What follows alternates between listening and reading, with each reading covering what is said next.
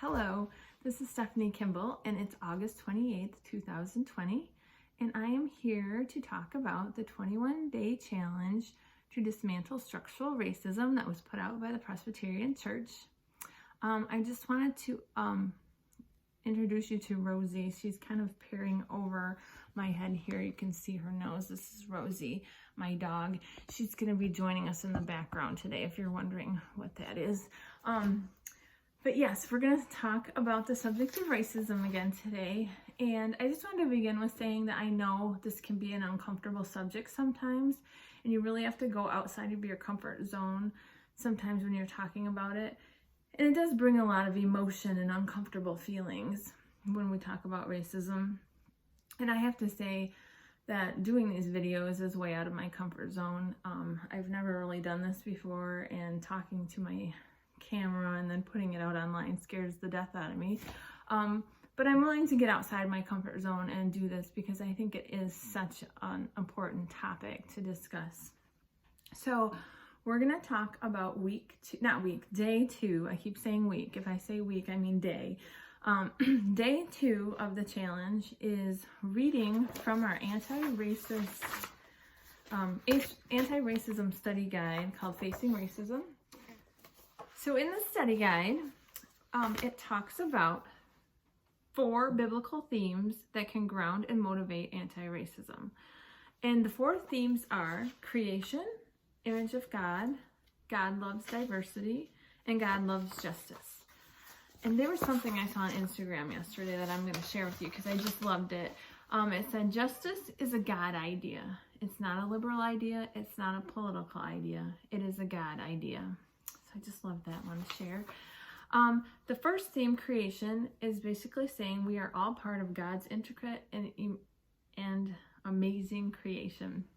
So we're all intertwined, interwoven with the stars, the planets, the oceans, animals, trees, plants, and the whole world around us. God created the cosmos, an intricate, interwoven system of life.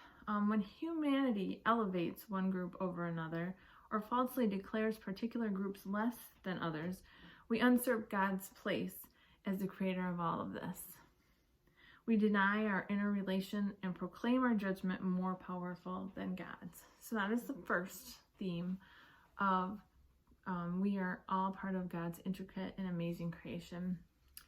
And I just wanted to say, on the subject of oneness, that this is all one human family. I've been to the George Floyd Memorial twice now since the killing of George Floyd. My daughter lives in Minneapolis, so I was there shortly after it happened, and then I was just there 2 weeks ago. And it is an incredibly emotional place to go to. There is so much hurting, so much pain that you can see that the Black community has suffered from. And they're still hurting, and it's just an amazing place to go to. But there's also a lot of hope, and there's a lot of healing there also. There's lots of murals, sculpture, beautiful flowers, things painted on the streets. They still have everything boarded up and things painted on the boarded up buildings. And one thing I saw over and over again is we all bleed the same. That really hit me in the heart, that we do all bleed the same. We are all the same creature. We are all the same human. If I need a blood transfusion, and I have the same blood type as a Black person, that blood will sustain me. And same thing, my blood can sustain them. It's the same, we're the same creature. And we were made in the image of God. That's the second part. Humanity is in the image of God. The third one, God loves diversity.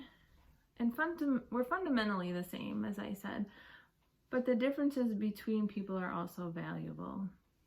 When I worked at the school, we started a dance team called Diversity Dance, and it brought together all the different communities, all the different races, all the people from different socioeconomic backgrounds together in one place to make them feel united.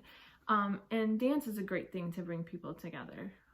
And what we taught there is we're united by our differences. So even though everyone had a different skill of dance, a different level, a different personality, a different background. We came together and did the dance as one. And you could see they all learned the same steps, but you could see each individual personality and the individual flair they put into the dance. But they did it all together, and it's a really beautiful thing to see. So that's kind of a good example of being united as one with all our differences. And then God loves justice. The Lord calls for the people to establish justice in the gate and let justice roll down like waters. The prophet Micah states that what the Lord requires us to do is justice, love kindness, and walk humbly with our God. So then there's some 3 discussion questions after you read the 4 themes, and I will read those questions to you. Which of these 4 biblical foundations for anti-racism work, creation, image of God, diversity, and justice, speaks most powerfully to you, and why? The Bible has often been used to support racism. What are some ways you have heard or seen this happen? And how can our church community counter racism interpretations of the Bible? So this was the day 2 challenge out of our Facing Racism, Anti-Racism Study Guide. And if anybody needs a copy of this, I can print some of these off, but they are on the website, which I can post that website again. And we are going to meet back on a Zoom call on September 24th to go over all 21 days of the challenge. And next week we're going to be watching a video. Well, I'm going to tell you about the video. You'll probably have to watch it on your own, but we're going to talk about that next week. So have a great, or not week, I keep saying week, I mean day, but tomorrow. So have a great day, and we'll see you tomorrow.